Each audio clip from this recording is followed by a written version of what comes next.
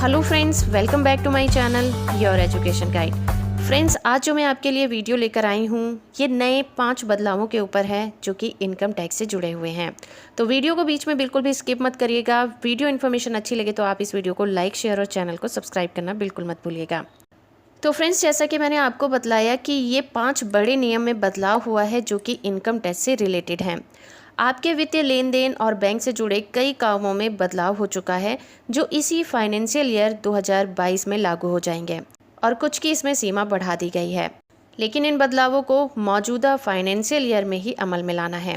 अगर आप चाहते हैं कि आगे चलकर आपको किसी भी तरह के टैक्स से रिलेटेड कोई परेशानी ना हो तो इन 5 बदलावों के बारे में आपको जानना बहुत ज़रूरी है। और ये 5 बदलाव हैं पीएफ, टीडीएस, पेन लिंकेज और लिक्विड इंश्योरेंस प्लान और सीनियर सिटीजन आईटीआर से जुड़े हुए हैं। तो सबसे पहला बदलाव है पीएफ पर ब्याज को लेकर। प्रोविडेंट फंड, जिसे हम पीएफ के नाम से जानते हैं, उसके ब्याज पर टैक्स से रिलेटेड इस साल नियम बदल दिया गया है। पीएफ पर मिलने वाले ब्याज को लेकर सरकार ने नया नियम घोषित किया है।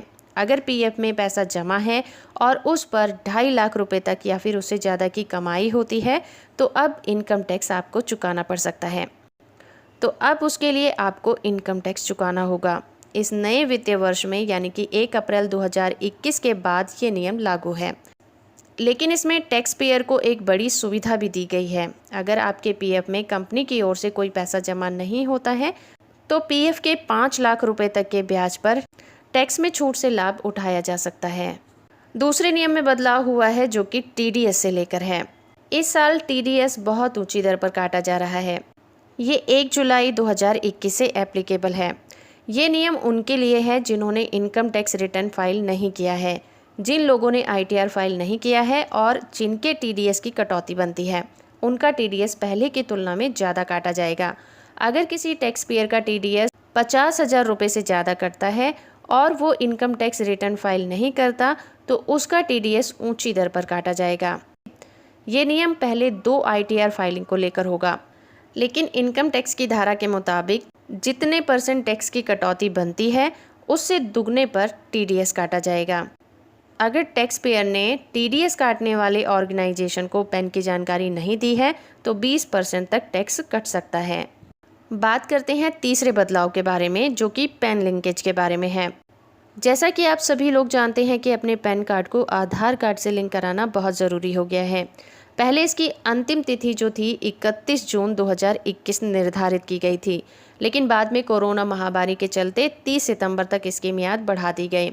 अगर इस निर्धारित तारीख तक पैन और आधार को लिंक नहीं कराते हैं तो पैन कार्ड को बंद कर दिया जाएगा और फिर आपको जुर्माना भी भरना पड़ेगा। ये काम बहुत आसान है और घर बैठे ऑनलाइन किया जा सकता है।